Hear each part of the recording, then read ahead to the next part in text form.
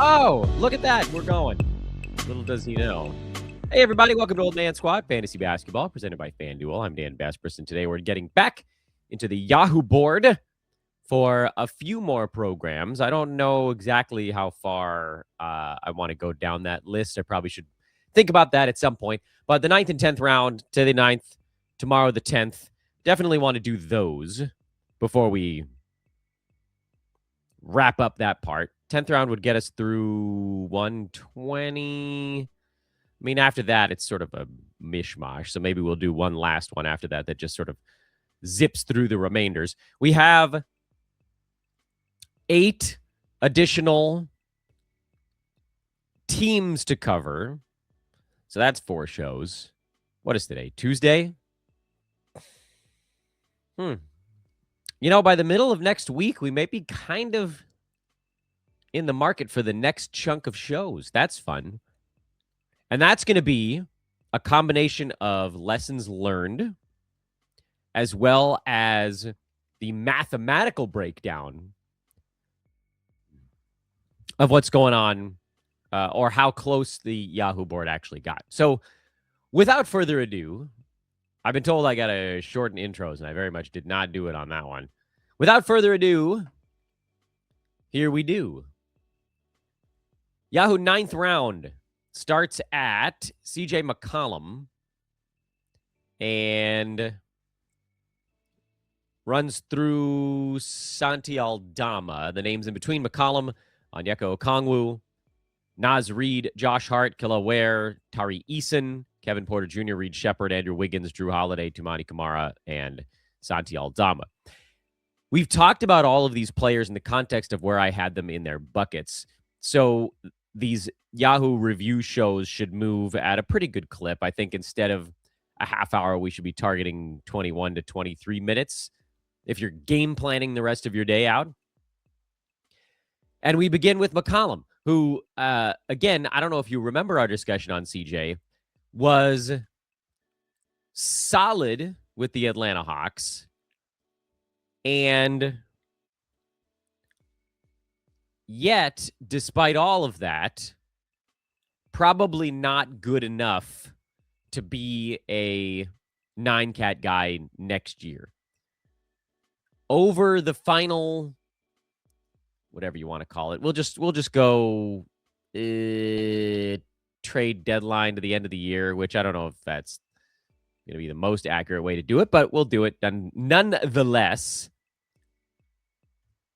What does that get us to? McCollum was number 86. Yeah, that sounds about right. And that's, at least in my eyes, that's probably about as good as it could possibly go. He shot 45% from the field, 78% at the free throw line, averaged 19 points, 3 boards, 4.5 assists, 1.1 steals, and 0.6 blocks. That's way up.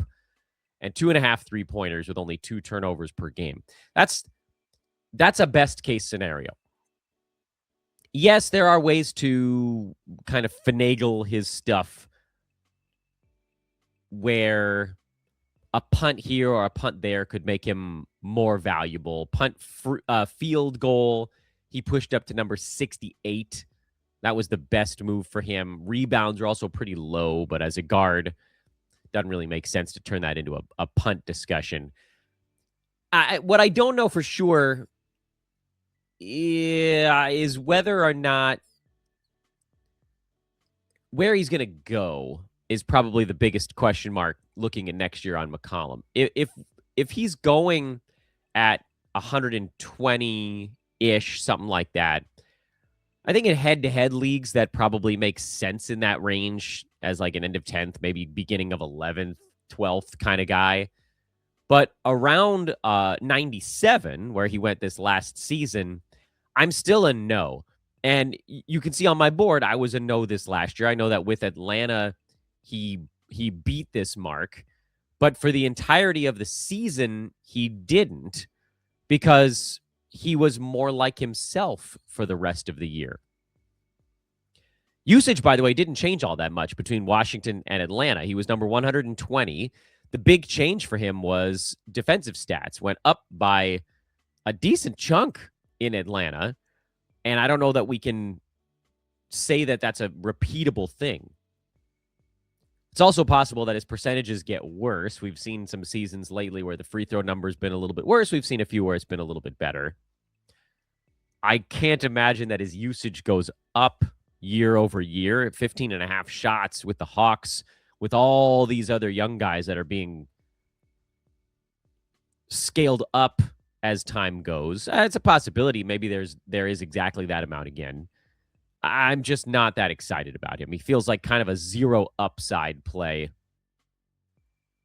in this range. Even if you feel good about the minutes per game on CJ, you can't possibly feel good about any chance to really beat this marker. He beat this marker by like half a round with the Hawks over the last 2 months of the season, lost to this marker by 2 rounds over the entirety of the season.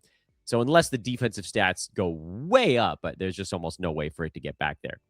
Onyeka Okongwu was the next name on the Yahoo board. We were very high on him. He wasn't one of our premier targets, but he was the second tier of targets. And among guys being drafted in this range, he's kind of the only guy we liked.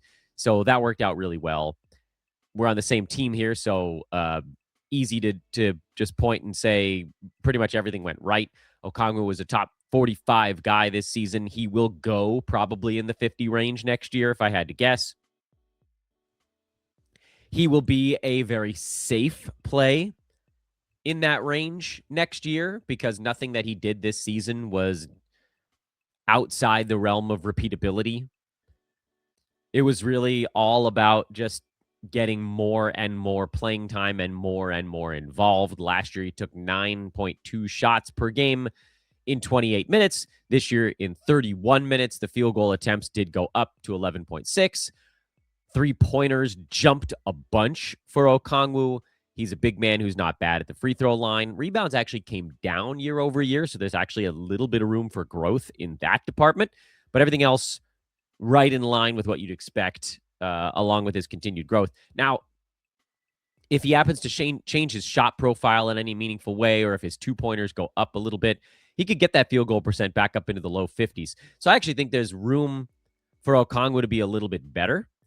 If he goes around 50, I'm very much in the market for, late 4th, early 5th round pick on Yek. I think he could end up as a win 2 years in a row. Naz Reid at number 99 was perfectly fine, which I think is that's the Naz Reid story. He finished at number 91. He basically just hit his markers. Nothing significant changed for him. I don't think anything significant is about to change for him. This is just sort of what he is. If you're in the punt, field goal, big man market, he makes a lot of sense in this range. If you're just in the market for a guy who's going to sort of chunk along right where you'd expect, he makes sense in this range. The upside for Naz Reid is a Rudy Gobert injury, which did not happen this year. It did happen a little bit the prior year, but not a ton. It's fine. He's just fine. Everything about Naz Reid at 99 is fine. He'll probably go in this range again next time around. Josh Hart at number 100 was an interesting story. And again, I think I might be repeating myself on this one, but I sort of don't care because we all enjoy talking about fantasy basketball. Josh Hart opened up in the 50s, which was bat bleep crazy. And I know he had a good season, 24-25. He was number 26, but I don't think anybody believed that he was going to average 38 minutes per game again this coming season. There was a lot of talk of Deuce McBride taking Hart's playing time, like a large chunk of it.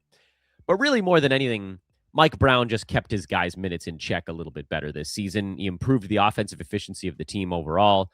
Hart scaled down to 30 minutes per game. That's a big drop-off. That's a 25% drop-off. So there was never a reason to take him anywhere near where he ended up last year. But it also felt like we were forgetting that in prior seasons when Josh Hart got 30 minutes per game, he was inside the top 100. So once he fell from a pre-rank of 46 to 107, then I was all about it. He came back up to number 100 on the last board readjustment, as you guys can see. I liked him there. He finished at number 88, which is a little bit of a bummer because he was higher than that for a lot of the season and then kind of tapered a little near the end. But overall, just a perfectly reasonable play in this range. He'll probably go somewhere in the 90 to 100 range again next year, and it's probably an okay spot to take him. Kel'el Ware ended up as a much better pick than expected. I dodged him because I was worried about what we saw basically during the run-up to the season, which was that he and Bam Adebayo weren't playing together. They didn't really play together. A handful of games where they shared the court and Miami went big, but it was very opponent dependent. But the good news is that Kel'el Ware is so damn good at fantasy basketball. He is a clear member of the Nerlens Noel Dream Team, meaning players who have fantasy value in 20 minutes. He played 22 minutes per game this year, and he was number 59. It's hard to see him playing less than that going forward. I don't have a clue where is going to get drafted, where will be drafted next year, because his fantasy season was pretty good. He was at 11 points, 9 boards, basically a steal and a block and a 3, almost a 1-1-1 guy on 53-75 splits with low turnovers. The low turnovers meant that he was not a super interesting guy in 8-cat. He drops to number 93 in that format. So I don't think he's going to go as high as he finished in 9, which is top 60. And that might be a win for us next year, because there's almost no way the Heat do less with him. Of course, Giannis trade is sort of dangling over all of this. Where would almost definitely be on the move in that scenario, and then everybody's going to want to scoop him up. But in Miami, he's, I think, set to have a solid year. I think he'll probably take another small step forward as he continues to figure out the NBA. The Heat are going to have, at times, no choice but to go big a little bit more, because I think Norman Powell, if I'm remembering right, is off the books. And he's just, like, going to be good. So, yeah, we didn't do Ware this time around, and I, missed out on I guess an okay size win for 9-cat, not even really a win in 8-cat, but I think there's a chance that he could be pretty interesting next season as well. One more day until the finals begin, ladies and gentlemen, and over at FanDuel and the FanDuel Sportsbook, you can still get down on some finals futures. Spurs minus 190, Knicks plus 160, Wemby minus 175 to be the finals MVP, Jalen Brunson plus 210. It's hard to believe that anybody besides those two guys could win their MVP. If you're thinking about going Spurs, you're probably better off to take Wemby as the finals MVP. The rest of the team is just, there's like no chance anyone's going to catch him in that particular one. At least with the Knicks, you could see somebody else maybe going big. But that's a way to save a couple of bucks on your wager. That, again, over at FanDuel. And more importantly, the FanDuel Sportsbook, a presenting sponsor of us here at Old Man Squad Fantasy Basketball. Check them out today. Let's keep moving. I made a promise to you guys, and I'm not going to keep it. Tari Eason, I liked an okay amount at number 102. He just couldn't shoot. Couldn't shoot. He was number 169 while shooting 41.6% from the field this year. It was just awful. Awful at shooting the basketball.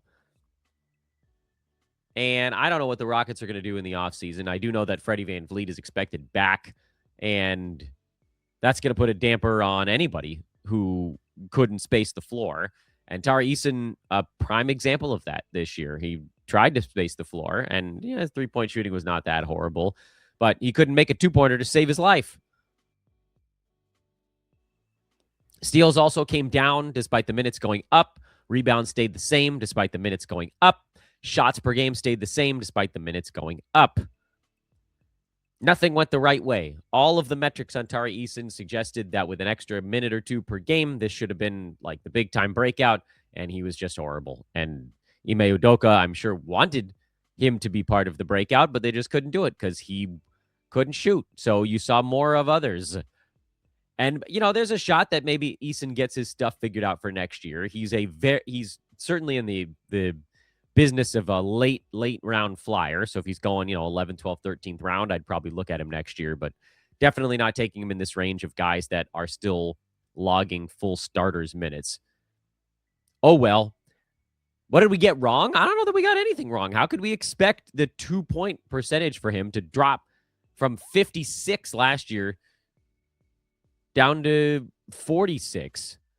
That's a crazy drop off. And I get it. Like, he was 51, 52% from 2-point in his career. So that's a number that can fluctuate, but that was a big one. And the number of 3-pointers went up a little bit as well, but whew, he just had to miss everything. He missed everything. And mostly twos. Kevin Porter Jr. at number 103 turned out to be a pretty good flyer pick because all of the stuff hit for him except health. He played 38 games, but he was a second rounder. And as soon as we know where he's going to be and who's going to be there with him, he'll be a guy that goes way earlier than he went this season because he fixed his free throw percent. That was great. Steals were insanely high. There's almost no way he's going to do as well this coming season as he just did. Like, all of the peripheral stuff was fantastic in a way that none of us could have ever predicted. But there was always kind of a hope that he was going to get a big minute role in Milwaukee, and he got it. And I was a little bit agnostic on him at 103, and I don't feel bad about that because of all the other stuff that went on. But per game wise, he very much hit. And it'll depend on where he ends up, but he could be a guy that goes really early, or he could be a guy that ends up in this sort of super interesting flyer zone. And it's hard for us to say, it's hard for me, I should say, to guess right now where he's going to go. And so what that kind of means going forward is a little bit too complicated. Reed Shepherd, on the other hand, the next name on the board, is a guy that I think maybe even takes a little bit of a hit. And maybe I'm wrong about that. Remember, he opened up at 150 range, and I really liked him in that zone. Then he cruised all the way up where he finished at number 104, and I was too afraid to draft him there. He was number 71 in kind of an uninspired season. 13.5 points, 2.8 threes, 3 rebounds, 3.5 assists. The steals and blocks were nice at 1.5 and 0.7, respectively. Field goal percent of 43 was kind of meh. 80% at the free throw line, but he doesn't get there. Low turnovers is somewhat useful. 8 caddy falls to number 82. I mean, he was fine, but it didn't tap into the upside that I think folks were hoping for going into the year because he was a very popular flyer pick. And he came up a bunch on some of our analyst episodes, and I was like, I don't know if I'm not quite there yet. And I guess they beat me in that one because he beat his ADP. So, you got to give the win where the win is due. But I think everybody was expecting something else than what they got, which was a guy that continued to get yanked around a bunch by Ime Udoka all season long. I think you have to say that next year is worth a shot on him. But again, much like with a few of these other guys we just talked about, I don't really know where they're going to go next year. I don't think he's going to go in the 70s, despite finishing in the 70s. I think he'll probably go 80s or 90s if I had to guess. And if he's in the 90s, I would definitely look at him. If he's in the 80s, I'd consider it. Earlier than that, I don't know that I would. 4 more names. Andrew Wiggins at 105 was a guy that I wasn't planning on drafting, and then I ended up drafting him in a few places because he kept falling farther than this. At 105, I was like, well, okay, there are guys around him that I'm more interested in, like a Josh Hart we just talked about, like a Drew Holiday, who I liked more when he was going in the 130s, like a Toumani Camara, who obviously didn't pan out. But because a lot of other people were into Toumani Camara, I wasn't the only analyst, and a lot of people were into Reed Shepherd, and a lot of people were into guys that were behind Andrew Wiggins on the board. Wiggins was just there for me at not even the 9th round. He was there for me in the middle of the 10th in a couple of spots. And I was like, well, this dude is basically the only guy left that I think is going to play 30 minutes per game. So whatever. And that's kind of what not color coding the board means. If you guys are looking at how I color code my Yahoo ranks sheet here, if there's no color code on it, it basically means I'm not targeting this guy, but if he falls a little bit, I'll take him. If he falls past, I don't know, looking in this range, I would take him ahead of Keegan Murray, even though Murray I had in sort of bright green, because I wanted a guy that was healthy to start the year. Maybe I already had a guy that I was stashing. Maybe I was in a head-to-head league and I didn't want to stash anybody. These other guys I didn't like all that much, and I like the ones that I liked here late were flyer types. I didn't feel like Andrew Wiggins was a flyer type. The last time he was healthy and focused He was like a 70s, 80s fantasy dude. And I thought, all right, I mean, if someone's going to give me that in the 10th, 11th round, I'm going to do it. Ninth round, I wasn't all that into it, but he ended up beating that mark anyway. Wiggins, 68 games played this year. He was number 61 in 9-cat. 15.5 points, 2 threes, 5 boards, 3 assists, a steal, and a block. Compare him to a Reed Shepherd, who was only ranked 10 slots later. I know that Reed, you'd argue the better free throw number and better threes and stuff, but I feel like Wiggins, you'd argue, was a much better season. Just better scoring, better rebounding, better blocks. He ended up having a nice year, and I ended up falling into him in a few places. And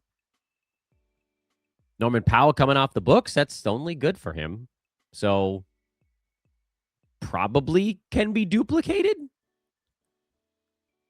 I don't see any reason to fade Wiggins going into next year. I know he's been around for a while, but he's not that old. He's 31 right now. He's pretty good. He was pretty good this year. And honestly, he was pretty good for the Heat after they got him last year. After being kind of listless for the Warriors, after he had some family stuff. He had a bunch of family stuff that went on. With Miami, he's been good. Drew Holiday was a guy that I was really high on coming into draft season because I was like, there's no way this guy's going to be ranked early enough where he's going to be outside my wheelhouse. He opened at 118. I liked him a lot there. He fell to 135. I loved him there. Jumped all the way up to 81, and I was like, damn it, they ruined it for us. And then he fell to 106, and I ended up being in sort of like that agnostic range again. And I'm a little sad I didn't get any Drew Holiday. I know he finished at 108, but that was more of a 9-cat thing. 8-cat, he was 73. It ended up being, outside of the injury stuff, a really good year for Holiday. 16-plus points, 2.5 threes, 4.5 rebounds, 6 assists, and a steal. Didn't block any shots. That was a little bit weird. He's usually a guy that can get you a little bit there. Not a lot. But excellent, excellent season other than the health stuff. And that was always going to be a thing kind of hanging over an older player while the Blazers wait on Scoot to move into a better point guard role. And I don't know that Scoot is ready to be a point guard. He looked better and he played well in their brief playoff run. But that's not really his comfort zone yet. Denny Avdia, Drew Holiday were more the guys that were acting as point guards on this team. So I think there's a pretty good shot that Holiday can be, a 28-ish minute per game dude again. But you're also dealing with the fact that he's a very injury-prone guy.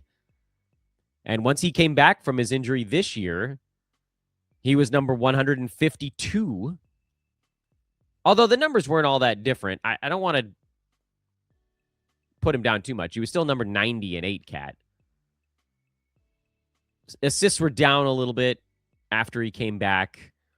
Just looking at sort of like, look at the last few months for Holiday. Yeah, I mean, it was really the steals that came down.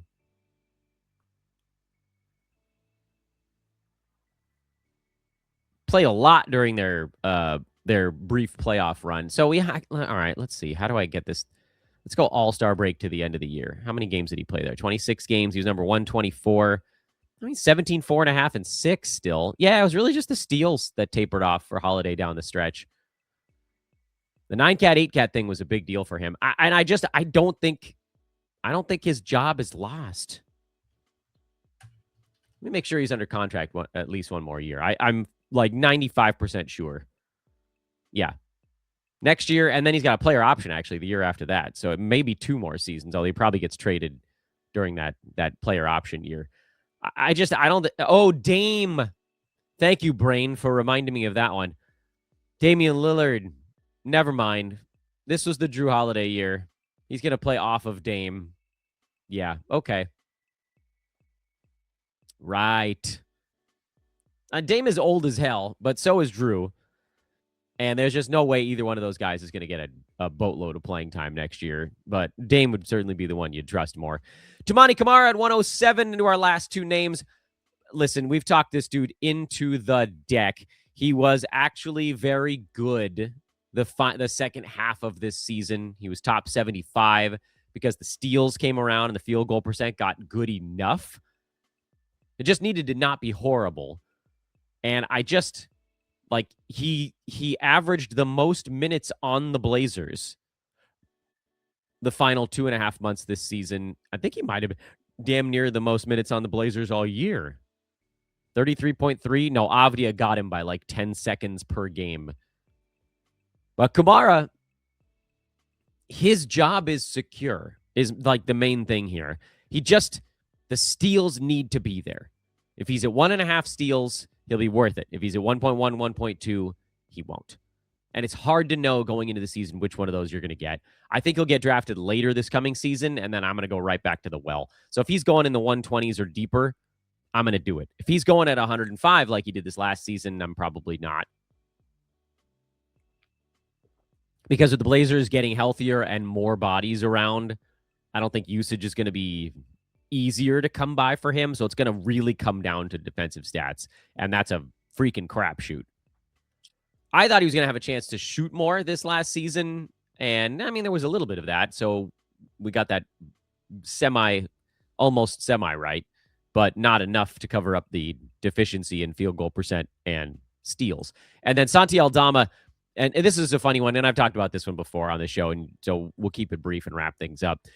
You guys will notice that I had him color-coded in green all up until the very last board, which happened between October 11th and October 19th, and it was right around, the end of the preseason where Memphis, they had a bunch of guys that were resting intermittently during preseason games, and they still didn't play Aldama more.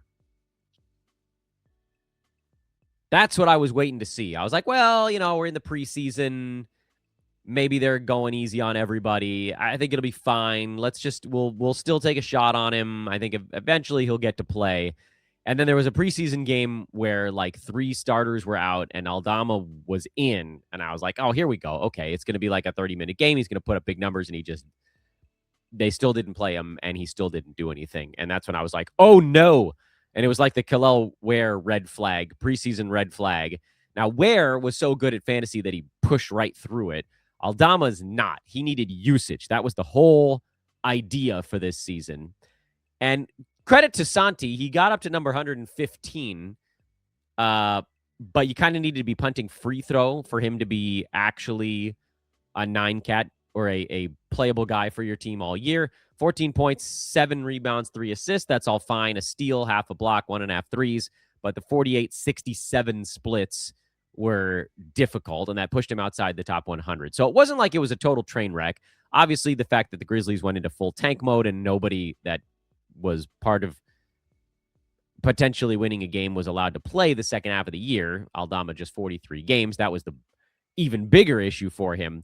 But I feel good about backing off on him because I just didn't think that his role was going to get big enough. Like, this is what he did. This is what Aldama did with, like, no Ja Morant, basically, and they traded Jaren Jackson, although that happened around when Aldama stopped playing anyway. But, like, there was usage for anybody who wanted it, and still Aldama didn't get as much as originally we thought he might. So I feel good about that decision. I mean, Memphis should be in a hard tank mode this coming season again. They don't have anybody all that good left. Mostly young guys and Ja Morant and Santi Aldama. So does he become this kind of like you take him in the 120s next year and hope that you get half a season of a top 75 9-cat guy or a top 68 cat guy or a top 60 punt free throw guy or top 50? We'll have to wait and see. I'm not a big punt free throw dude, but in Aldama's defense, also like probably only going to play 55 games next year. But if you need a, small forward, power forward eligible punt free throw guy who's going to get you some threes and stuff on a team that's more big man heavy, then maybe he makes a little bit of sense. But to me, that's like real needle threading work on him for next year. So glad that the preseason does teach you things. Maybe that'll be our first lesson learned on our lesson learned show. Not tomorrow, but the following. Are we just going to do 3 of these Yahoo boards in a row? I might. Just try to finish this off to completion, as they say in the Workers of the Night world. Let's do 2 more Yahoo board shows. We'll do the 10th round tomorrow. We'll do everybody else after that. And then we can be done with the player recaps. We'll go team recaps, and we'll go math. We'll do some math shows after that. And that should get us to hopefully around the end of the NBA Finals. And then maybe we'll have some experts on to talk about the draft. You know me. I just sit there and say, But that'll be fun because some of you guys like to draft rookies. I only do if they're not going to ruin your percentages. But the interesting thing is there are a couple guys at the top of the board that might not ruin your percentages this year. Just saying. I'm just saying that I'm Dan Bespris for Old Man Squad Fantasy Basketball presented by FanDuel. We'll see you guys again tomorrow here on the pod. I did not do it in 20 minutes. My bad.